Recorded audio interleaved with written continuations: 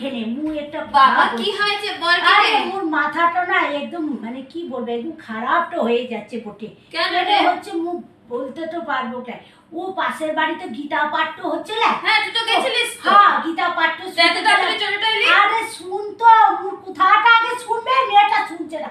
গীতা পাঠ তো করতে গেছে, ওখানে হচ্ছে গীতা পাঠ তো।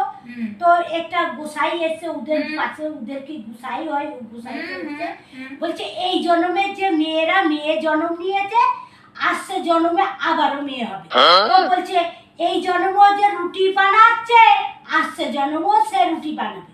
তখন আমি কি করলাম, আমি বললাম ঠিক আছে বাবা আমি চলে তো যাই বুটে, এ কথা বললাম বুঝলি।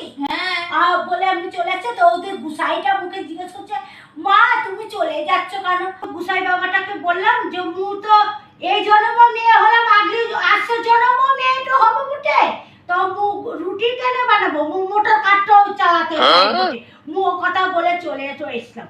কি বলবো রে কপাল ঘোর করে ঘোর করে কি বলবো, আর বলছে কি না ছেলেরাই এই জন্মে ছেলে হচ্ছে আর সে জন্মটা তো ছেলে হবে। তো মু বলেছি গোসাই বাবা মু চলছি, বলে কেন চলছিস রে মা, আমি বলছি কি মু আসছে জন্মে মু রুটি বানাতে চাই না, মু মোটর কাটটো চালাতে চাই। হ্যাঁ এসব গোসের কথা শুনতে হবে না, বাবা ঘোর করে ঘোর করেছে রে বাবা রে বাবা। হ্যাঁ একদম অন্তরে হয়ে গেছে বাবা ঘোর করে ঘোর করে।